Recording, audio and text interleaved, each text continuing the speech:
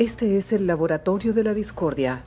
El Instituto de Virología chino de Wuhan es señalado por Estados Unidos como el lugar donde se originó el nuevo coronavirus, una acusación que China considera alocada.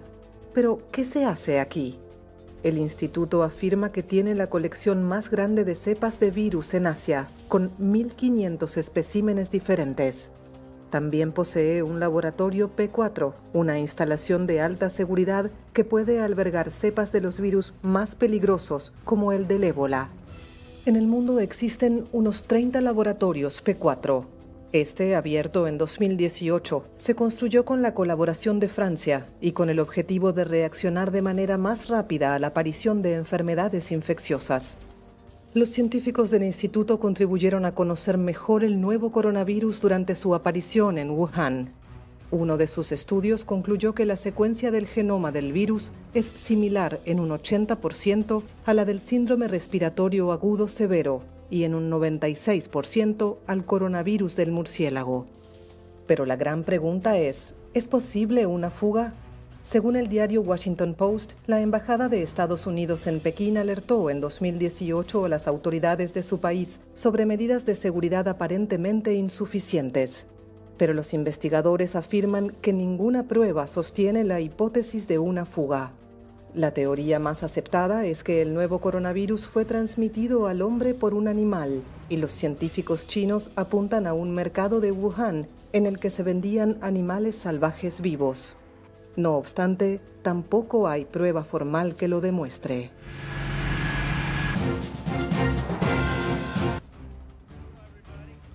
Donald Trump negó estar vinculado con un supuesto complot para derrocar a Nicolás Maduro en Venezuela. Acabo de ser informado, no tiene nada que ver con nuestro gobierno, pero me acaban de informar. Averiguaremos, acabamos de enterarnos. Sea lo que sea, les informaremos, pero no tiene nada que ver con nuestro gobierno. El lunes, la Fiscalía de Venezuela acusó al líder opositor Juan Guaidó de contratar a mercenarios con fondos de Caracas bloqueados por sanciones de Washington para emprender un intento de invasión por mar a Venezuela. Maduro aseguró luego que 2 estadounidenses fueron detenidos y dijo que eran miembros de la seguridad de Trump. Los identificó como Luke Denman, de 34 años, y Aaron Berry, de 41, al mostrar sus pasaportes y otros documentos por la televisora estatal. Servicio de la Fuerza Armada de los Estados Unidos norteamericanos. Trabajaremos en esto. Cada vez que hay estadounidenses detenidos en algún lugar, trabajamos para traerlos de vuelta. Comenzaremos el proceso de buscar una manera. Si son estadounidenses que están allí, podemos encontrar el camino a seguir. Si el régimen de Maduro decide retenerlos, usaremos todas las herramientas disponibles para intentar recuperarlos. Es nuestra responsabilidad.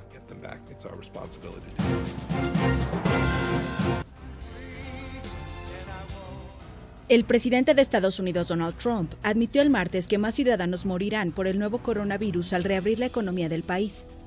Trump afirmó que las personas saldrán del confinamiento y podrían contagiarse. Incluso explicó el anuncio del vicepresidente Mike Pence sobre que el equipo formado para combatir el COVID-19 dejará de operar en las próximas semanas.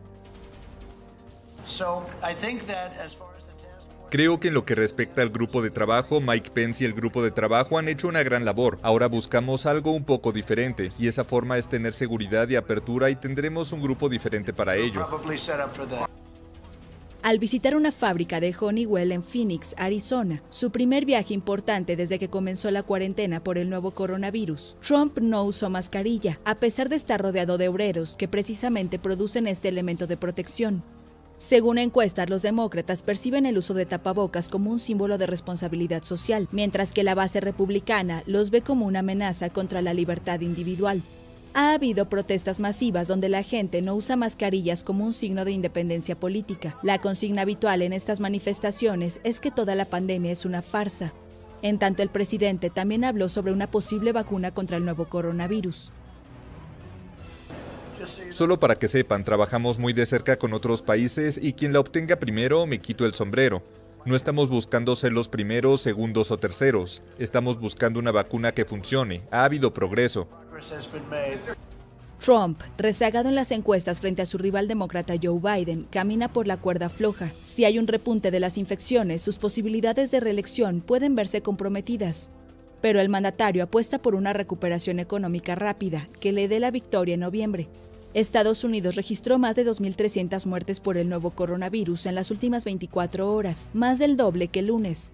El país acumula más de 71.000 fallecidos y más de 1.200.000 infectados, siendo la nación más afectada del mundo.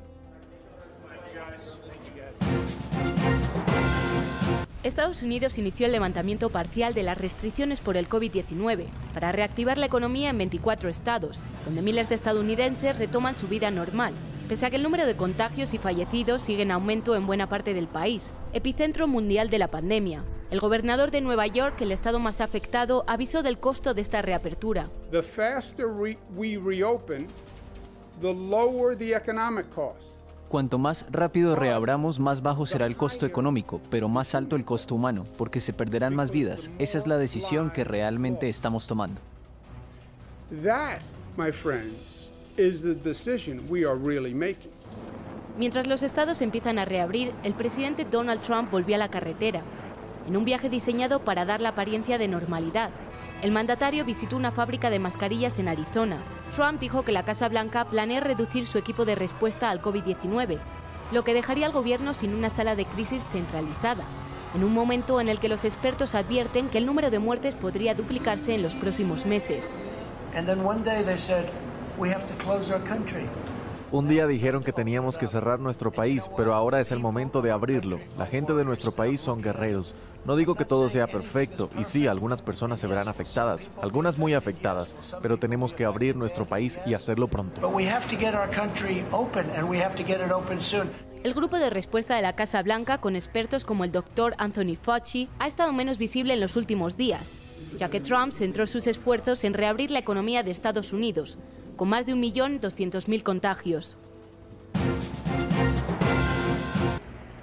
A partir de este 6 de mayo, el metro de Nueva York permanecerá clausurado entre la 1 y las 5 de la mañana para que los vagones sean desinfectados a diario. El suburbano neoyorquino, tradicionalmente abierto 24 horas los 365 días del año, se une así al resto de sectores afectados por la crisis causada por la COVID-19 que en la Gran Manzana ha dejado ya más de 25.000 muertos. Mientras dure la medida, autobuses, furgonetas e incluso vehículos de compañías como Uber se usarán para llevar a los trabajadores esenciales que dependen del transporte público. Esta iniciativa, todo un shock para una urbe acostumbrada a que su gigantesco sistema de metro funcione sin parar, se anunció días después de que imágenes de personas sin hogar acampadas en vagones causasen un gran revuelo en la ciudad y llevasen a muchos a cuestionar la higiene en el transporte público. Tras el hallazgo de 2 fallecidos en el metro este fin de semana con apenas unas horas de diferencia, el alcalde Bill de Blasio aseguró que las autoridades están reforzando la ayuda a las personas sin techo y ofreciéndoles chequeos médicos y habitaciones de hotel. La utilización del metro se ha desplomado en Nueva York debido a la pandemia, con menos de un 10% del número habitual de pasajeros, lo que ya había llevado a reducir la frecuencia del servicio.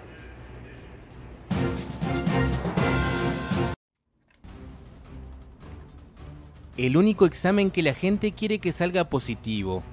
Así define el Dr. Matthew Budoff a una prueba rápida que les dirá a estos habitantes de Los Ángeles si tuvieron la enfermedad del nuevo coronavirus y se curaron.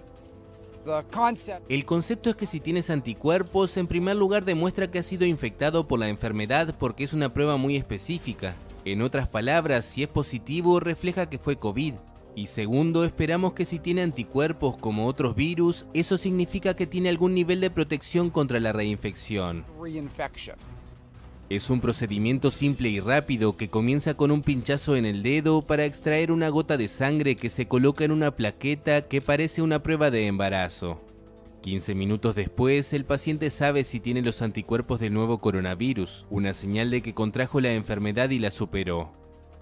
Desde el día que se anunció es algo que siempre ha rondado mi mente, si estuve expuesto a un paciente o dos o a ninguno. Esto responde a esa pregunta. El procedimiento, que es voluntario, se aplica en promedio a entre 40 y 45 personas diarias. Cuesta $149, que cubren algunos seguros médicos. Según los responsables, la prueba tiene una fiabilidad de casi el 99%.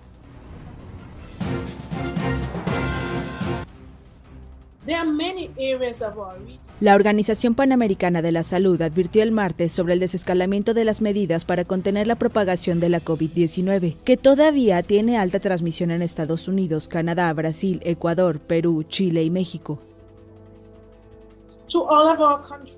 A todos los países de las Américas les insto a que consideren el siguiente enfoque. Primero, sean cautos. Reducir las restricciones demasiado rápido puede acelerar el esparcimiento del virus y abrir la puerta a un aumento dramático o a la propagación a áreas adyacentes. La OPS afirmó que hay países como Estados Unidos, Canadá, Brasil, Ecuador, Perú, Chile y México, donde los casos se duplican en 4 días o menos. Es un indicador preocupante que nos dice que la transmisión sigue siendo muy alta en esos países y deben implementar toda la alta gama de medidas de salud pública que existen. Pruebas exhaustivas, rastreo de contactos, aislamiento de casos y, claro, el distanciamiento social. Casi 90.000 personas han muerto en el continente americano debido a la enfermedad. La mayoría se concentran en Estados Unidos y Canadá, con casi 73.000 decesos. En tanto, en Latinoamérica y el Caribe, donde se espera alcanzar el pico de contagios en las próximas semanas, ya se registran casi 15.000 fallecidos.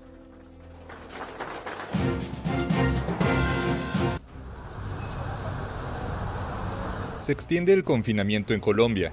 El gobierno de Iván Duque decidió el martes ampliar las medidas de aislamiento contra el nuevo coronavirus hasta el 25 de mayo. Colombia suma casi 9.000 casos de COVID-19 y cerca de 400 muertos. Desde el 25 de marzo rige el confinamiento para la mayoría de los 48 millones de colombianos, a excepción de supermercados y farmacias. Recientemente se permitió la reapertura de algunos sectores económicos como la construcción y la manufactura. También está autorizada la actividad física al aire libre para adultos en la mañana. Súper importante. Es lo que uno necesita para ya liberar esas cargas, ese estrés, esa falta de confianza que nos generó estar en la casa. En Ecuador también se extendió por 30 días más el estado de excepción. El país ha sido duramente golpeado por la pandemia, que ya deja 32.000 contagios y casi 1.600 muertos. No obstante, cientos de estudiantes y profesores ignoraron el martes el confinamiento para protestar contra la disminución de unos $100 millones en el presupuesto para educación superior, una medida dispuesta por el gobierno ante una caída en la recaudación de impuestos. Porque estamos nosotros confinados pero no callados. Es muy importante salvaguardar la educación y el presupuesto de la educación. Queridos compatriotas.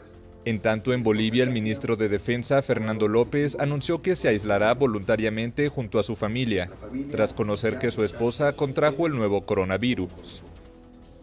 Seguramente, yo traje el virus a mi hogar por las circunstancias de mi trabajo. Es por ello que estoy esperando el test, si es positiva o negativo en este caso. Bolivia está en encierro total desde el pasado 22 de marzo, medida que podría ser flexibilizada regionalmente a partir del 11 de mayo. El país andino contabiliza casi 1.700 contagios en todo el país y supera los 80 fallecidos. América Latina registra en total más de 282.000 casos de coronavirus y más de 15.000 fallecimientos. La irrupción del coronavirus sacude las cárceles latinoamericanas. Los internos tienen que hacer frente no solo al miedo al contagio por el COVID-19, sino a la estructural superpoblación, el hacinamiento y unas pésimas condiciones higiénicas, que han generado motines en más de una decena de prisiones de la región. Naciones Unidas alertó de que estas condiciones son propicias para la expansión del virus. Las condiciones en muchas prisiones de la región de las Américas son profundamente preocupantes. Los problemas estructurales preexistentes como el hacinamiento crónico y las condiciones antihigiénicas, junto con la falta de acceso adecuado a la atención de la salud, han permitido la rápida propagación del COVID-19 en muchas prisiones del continente. Los intentos de fugas masivas y los amotinamientos dejan más de 80 muertos en toda la región, desde Colombia hasta Brasil, Venezuela, Argentina, Perú o México. Los reclusos dicen basta y exigen a los gobiernos de sus países pruebas para detectar los contagios y mejores garantías sanitarias, puesto que el brote traspasa también las rejas de los centros penitenciarios. Son seres humanos, tienen derecho, no son animales para que se mueran adentro. Adentro es una bomba de tiempo. porque no somos animales, que tengan compasión, que dejen traer medicamentos. Es lo que pedimos, medicina para su salud. Según el Banco Interamericano de Desarrollo, el 20% de las cárceles de América Latina no tienen acceso al agua potable regularmente. El 40% de los internos duermen en el suelo. Unas condiciones que impiden cumplir dos reglas básicas contra el virus: la higiene y el distanciamiento físico.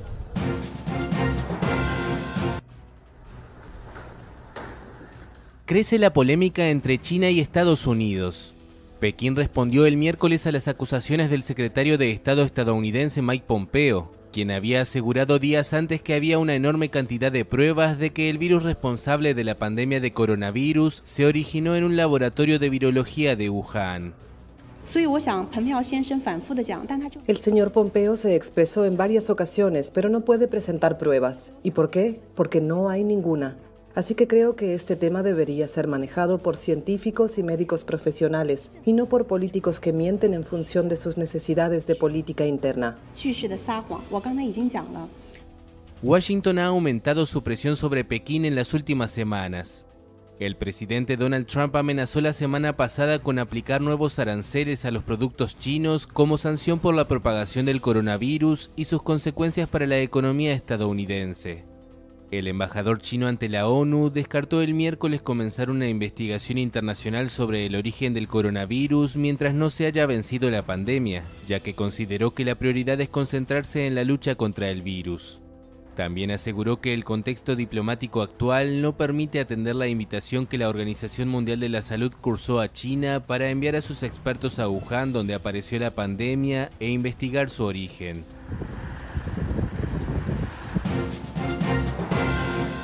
Corea del Sur activó este miércoles una nueva fase de distanciamiento más laxa que incluye la reapertura de colegios o museos. El país lleva 3 días consecutivos sin registrar contagios originados localmente, por lo que se ha dado por terminada la llamada fase de distanciamiento social activada hace 2 meses y medio para iniciar otra bautizada como distanciamiento en la vida diaria.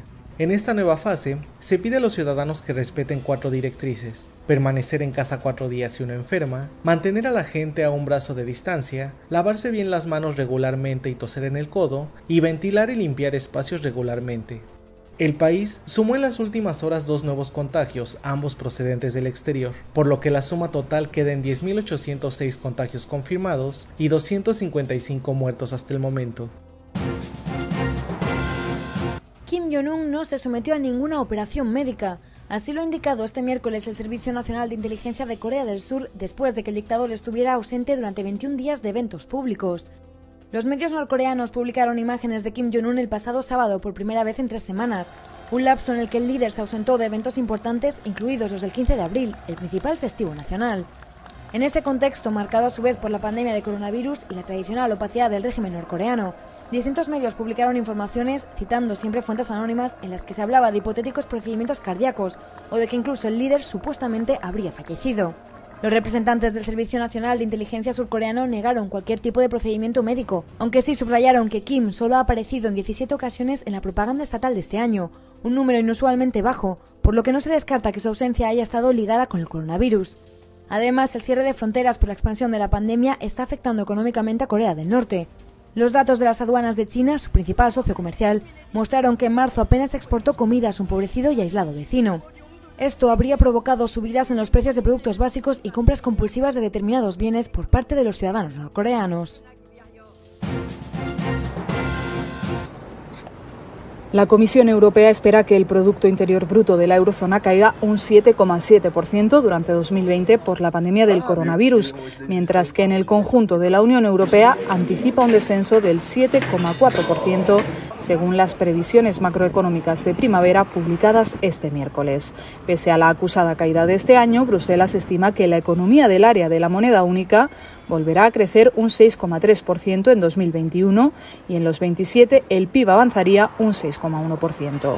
La Comisión Europea constata así la gran conmoción que supone la pandemia de la COVID-19 para la economía global y de la Unión Europea, con consecuencias socioeconómicas muy graves.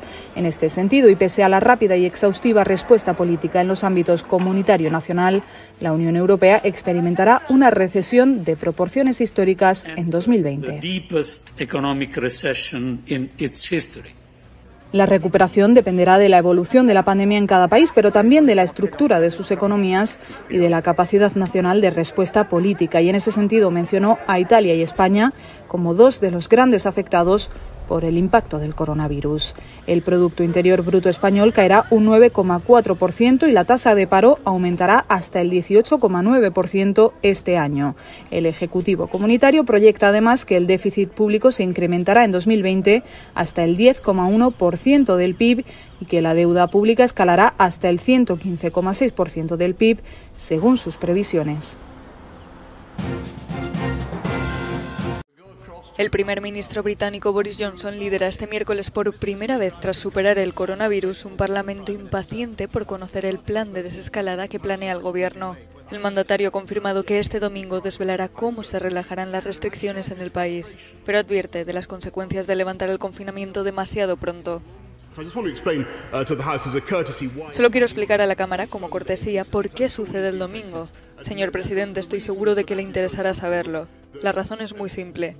Tenemos que estar seguros de que los datos van a apoyar nuestra capacidad de implementar el plan.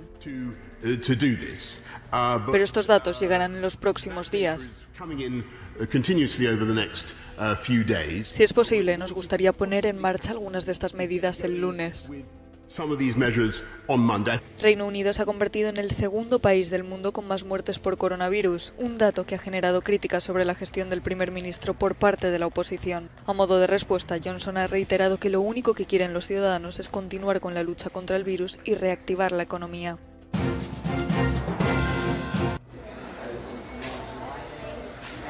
¿Qué ha hecho mal o qué no ha hecho Londres para que el Reino Unido se convierta en el país con más muertos de Europa por COVID-19 y en el segundo del mundo? Pese a que hay un debate sobre cómo realiza cada país el recuento de fallecidos, surgen muchas dudas sobre la tardía reacción inicial del gobierno británico a la crisis. Como cuenta este experto, el país no estaba preparado.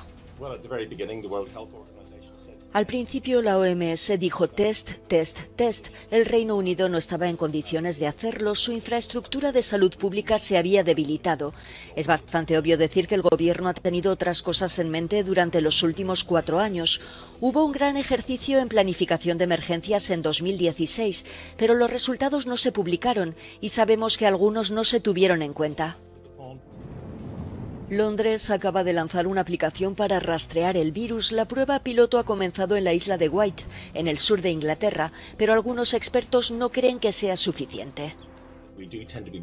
Tendemos a seguir nuestro propio camino, por ejemplo, con una aplicación que es diferente de la de otros países y que se está probando. No estamos haciendo uso de la experiencia local en los departamentos de salud pública del gobierno local y, en cierto modo, es el tipo de programa central, vertical, similar a los que se han utilizado en países de bajos ingresos y que desafortunadamente no han funcionado en el pasado.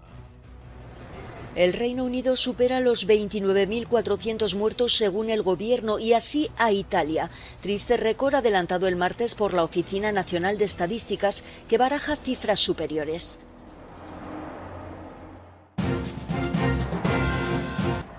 La Comisión Nacional de Telecomunicaciones de Filipinas ordenó este martes al canal de televisión ABS-CBN, el mayor grupo de comunicación del país, el cese inmediato de sus operaciones al haber expirado el lunes su licencia, mientras su renovación está pendiente de debatirse en el Congreso tras numerosos retrasos.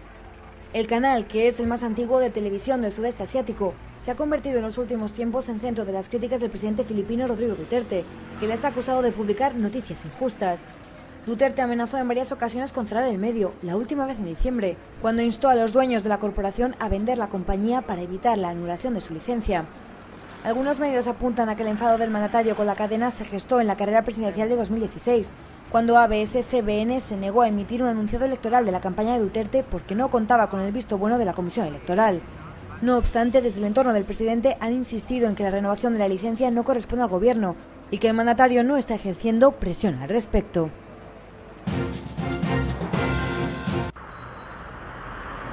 Las vacaciones de verano se acercan y muchos se preguntan si podrán viajar al extranjero.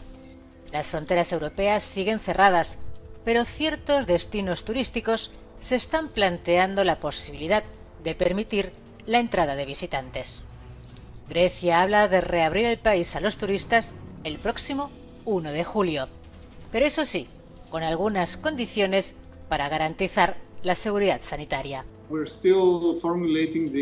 Todavía estamos formulando los protocolos médicos exactos, pero es bastante probable que necesitemos realizar algún tipo de prueba antes de que los turistas embarquen en el avión.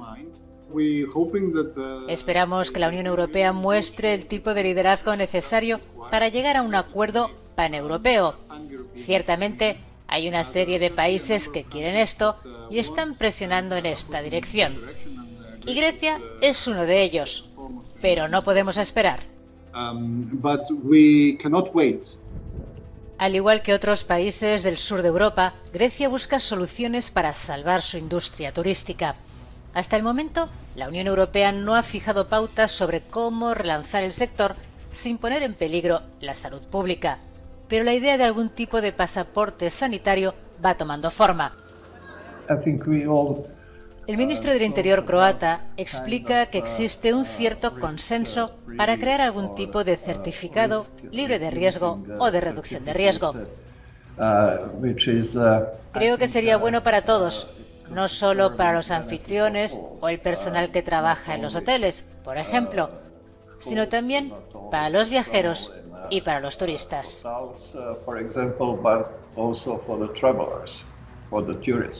Los expertos todavía están trabajando en el lado práctico de la propuesta croata, pero algunos países como Alemania o Reino Unido ya han recomendado a sus ciudadanos que se queden en el país. Para algunos eurodiputados franceses, permitir las vacaciones de verano en plena pandemia mundial es un riesgo inútil.